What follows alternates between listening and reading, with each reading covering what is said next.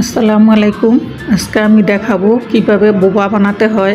এর আগে আমি কখনো বানাইনি, আমার মেয়ে আজকে বোবা বানিয়েছে, তাই আপনাদের সাথে শেয়ার করলাম।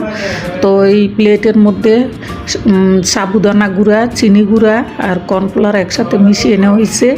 এরপর পরিমাণ মতো কোকো পাউডার দিয়ে একসাথে মিশিয়ে হালকা গরম পানি অল্প অল্প করে দিয়ে এটা একটা ডো তৈরি করা হয়েছে। এরপর ডোগুলিকে ছোট ছোট বল আকারে বানিয়ে নেওয়া হয়েছে। আর এদিকে চুলার মধ্যে পানি গরম বসিয়ে রেখেছিল, ওই পানির মধ্যে ওই বলগুলো দিয়ে বেশ কিছুক্ষণ প্রায় 15-20 মিনিটের মতো সিদ্ধ করে নেওয়া হয়েছে। সিদ্ধ হয়ে গেলে বলগুলো ছেঁকে আবার একটু কফি আর গুড় জাল করে এর মধ্যে বলগুলো দিয়ে আবার বেশ কিছুক্ষণ জাল করে নেওয়া হয়েছে। এরপরে